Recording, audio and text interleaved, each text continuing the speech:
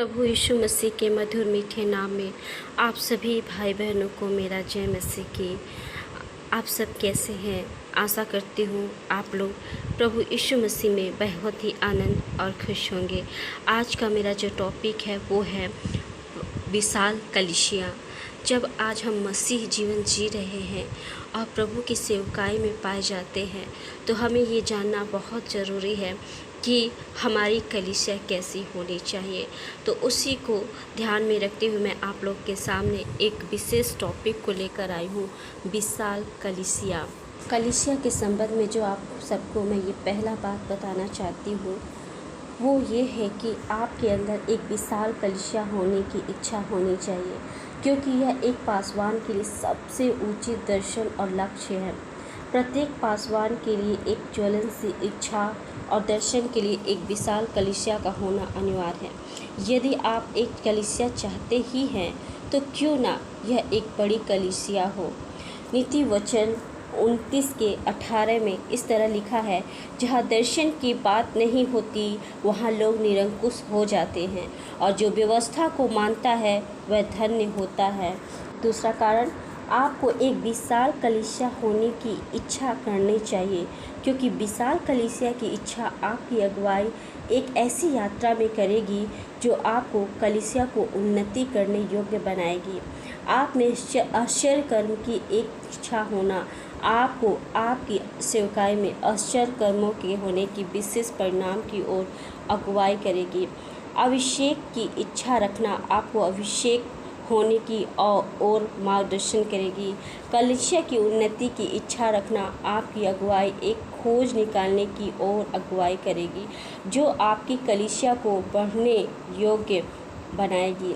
इसलिए मैं वचन कहता है मरकुस 11:24 में, इसलिए मैं तुमसे कहता हूँ कि जो कुछ तुम प्रार्थना करके मांगो तो प्रतीति कर लो कि तुम्हें मिल गया और तुम्हारे लिए हो जाएगा।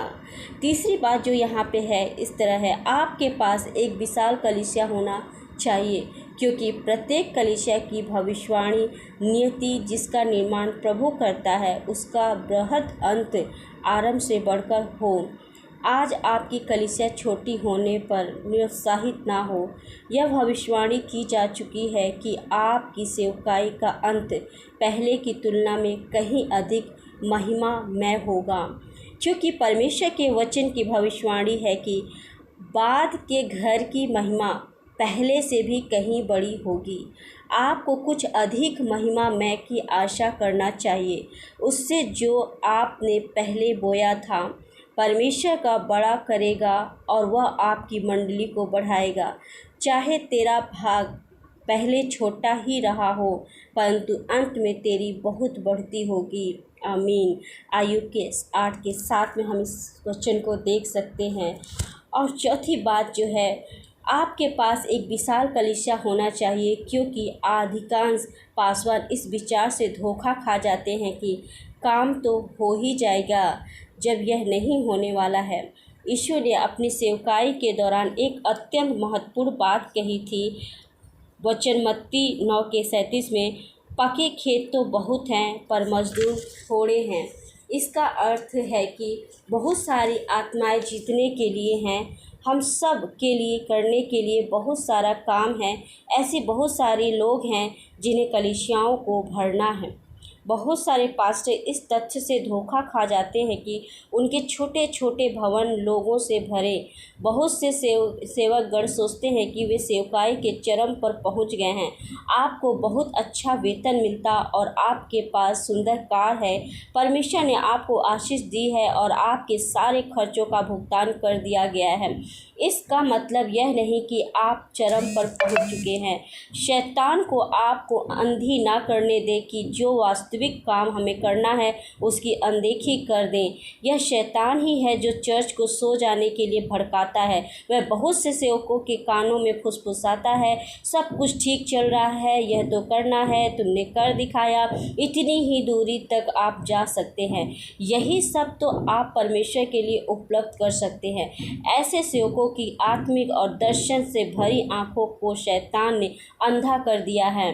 शत्रु उनके हृदय में फुसफुसा कर कह कहता है सब कुछ ठीक है, यही तो वह है, तुमने इसे कर दिखाया। शैतान चाहता है कि आपकी कलीसिया छोटी बनी रहे, आपकी मंडली में थोड़े से लोग हैं पर उसके पास बहुत सारे बंदी हैं।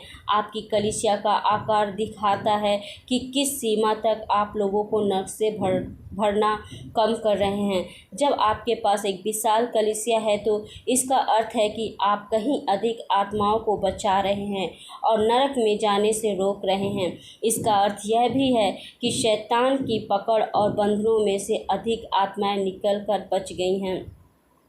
पांचवा है, आपके पास एक विशाल कलीसिया होना चाहिए क्योंकि परमेश्वर की इच्छा है कि उसका घर भर सके। बहुत सी कलीसियाएं भरी नहीं हैं क्योंकि वे अति विशाल कलीसिया नहीं हैं।